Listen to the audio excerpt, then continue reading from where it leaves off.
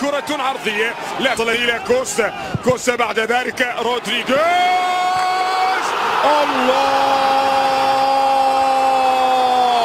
هو الهدف الأول بالطريقة المثلى التي يريد من خلالها نعم ريال مايوركا أن يسجل الهدف الأول. فداء موريكي الكوسوفي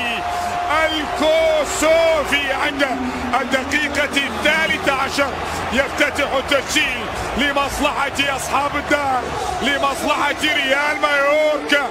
هذا موريكي بالأسلوب الذي حاول من خلاله منذ البداية لدى ريال مدريد حاضرة، لكن من يرتب كل هذه الأمور؟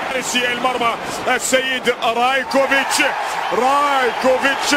نعم يتدخل. وهنا لدينا الكوري الجنوبي صاحب 21 سنة الغاضب من حكم اللقاء بسبب عملية الإعاقة الموجودة.